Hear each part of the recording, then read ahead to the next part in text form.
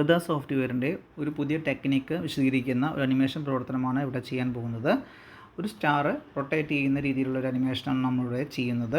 ഇപ്പോൾ ഒരു പുതിയ പ്രോജക്റ്റ് സ്റ്റാർട്ട് ചെയ്യാം. ന്യൂ ഫയൽ എടുക്കുന്നു. ഡയമെൻഷൻസ് ആയിട്ട് വിഡ്ത്ത് 800, ഹൈറ്റ് 500, റെസൊല്യൂഷൻ 100 നൽകുന്നു. ദെൻ ക്രിയേറ്റ് കൊടുക്കുന്നു. ഓക്കെ, നമ്മുടെ ക്യാൻവാസ് തയ്യാറായിട്ടുണ്ട്. ഈ ക്യാൻവാസിൽ 2 ലെയർ നമുക്ക് കാണാം, ബാക്ക്ഗ്രൗണ്ട് ലെയറും പെയിൻറ്റ് ലെയറും. ഞാനിവിടെ പെയിൻറ്റ് ലെയറിൽ മാത്രമാണ് ആക്ടിവിറ്റീസ് ചെയ്യുന്നത്. പെയിൻറ്റ് ലെയറിൽ ഒന്നാമത്തെ ഫ്രെയിം നമുക്ക് ആഡ് ചെയ്ത് കൊടുക്കാം. ഒന്നാമത്തെ ഫ്രെയിമിൽ ഞാൻ ആഡ് ബ്ലാങ്ക് ഫ്രെയിം ആഡ് ചെയ്ത് കൊടുക്കുന്നുണ്ട്. അപ്പോൾ ഒന്നാമത്തെ ഫ്രെയിം ഒരു ബ്ലാങ്ക് ഫ്രെയിം ആയിട്ടുണ്ട്. ദെൻ അതൊരു 0th ഫ്രെയിമാണ് നമുക്കറിയാം. ദെൻ അതിന് തൊട്ടുള്ള ഒന്നാമത്തെ ഫ്രെയിമിൽ നിന്ന് ക്ലിക്ക് ചെയ്യുന്നു. ഇനി ഇതിലാണ് നമ്മൾ വരയ്ക്കേണ്ടത്. ഞാൻ ബ്രഷ് ടൂൾ ഉപയോഗിച്ച് പ്രിസെറ്റ്സിൽ നിന്ന് സ്റ്റാമ്പ് സ്പാർക്കിൾസ് എന്ന് പറയുന്ന ഒരു ബ്രഷ് പ്രിസെറ്റ് സെലക്ട് ചെയ്യുന്നു. അതിൻ്റെ കളർ ഞാൻ യെല്ലോ ആണ് സെലക്ട് ചെയ്തിട്ടുള്ളത്. ഈ ഒരു യെല്ലോ കളറിലാണ് ഞാൻ സ്റ്റാർ വരയ്ക്കുന്നത്. അപ്പോൾ ഇങ്ങനെ ഇതിനകത്ത് ഒന്നാമത്തെ ഫ്രെയിമിൽ നമ്മൾ ഈ ഒരു ക്യാൻവാസിൽ ഇവിടെ താഴെ ഒരു സ്റ്റാർ ക്ലിക്ക് ചെയ്യുന്നു. ഓക്കെ, ദെൻ നമ്മളിവിടെ 2 ഫ്രെയിം ഒഴിവാക്കിയിട്ട് മൂന്നാമത്തെ ഫ്രെയിമിൽ നിന്ന് ക്ലിക്ക് ചെയ്തിട്ട് ഇവിടെ വീണ്ടും ഒരു സ്റ്റാർ ഇടുന്നു. അതിനുശേഷം 4 ഒഴിവാക്കി 5ൽ നമ്മളിവിടെ ഒരു സ്റ്റാർ ഇടുന്നു.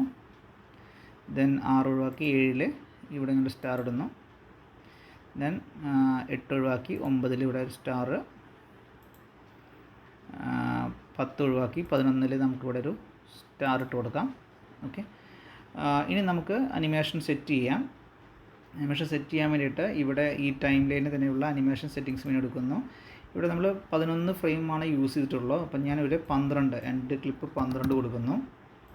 ഫ്രെയിം റേറ്റ് ഞാൻ 12 കൊടുക്കുന്നു. ഇത് നമുക്കൊന്ന് പ്ലേ ചെയ്ത് നോക്കാം. ഓക്കെ, പ്ലേ ചെയ്യുമ്പോൾ ഈ സ്റ്റാർ ഇങ്ങനെ റൊട്ടേറ്റ് ചെയ്യുന്ന രീതിയിലൊരു അനിമേഷൻ നമുക്ക് തയ്യാറാക്കിയിട്ടുണ്ട്.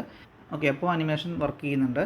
നിങ്ങൾക്ക് ഡിഫറെൻ്റ് ആയിട്ടുള്ള കളേഴ്സൊക്കെ യൂസ് ചെയ്ത് ചെയ്യാവുന്നതാണ്. അതുപോലെ വ്യത്യസ്ത സ്റ്റൈലിലും വ്യത്യസ്ത ഓർഡറിലും ഒക്കെ ഇതുപോലെ ബ്രഷ് ഉപയോഗിച്ച് പെയിൻറ്റ് ചെയ്തുകൊണ്ട് നമുക്ക് അനിമേഷൻസ് ചെയ്യാൻ സാധിക്കും. ഓക്കെ, ഞാനിതൊന്ന് റെൻഡർ ചെയ്യാം. റെൻഡർ ചെയ്യാൻ വേണ്ടിയിട്ട് ഫയലിൽ പോകുന്നു, റെൻഡർ അനിമേഷൻ കൊടുക്കുന്നു. ദെൻ ഇവിടെ ഞാൻ ലൊക്കേഷൻ, ഇതിൻ്റെ വീഡിയോ ഫോർമാറ്റ് ആണെന്ന് ഉറപ്പ് വരുത്തുക. ഇവിടെ വീഡിയോ എന്ന ഫോർമാറ്റ് തന്നെയാണ്.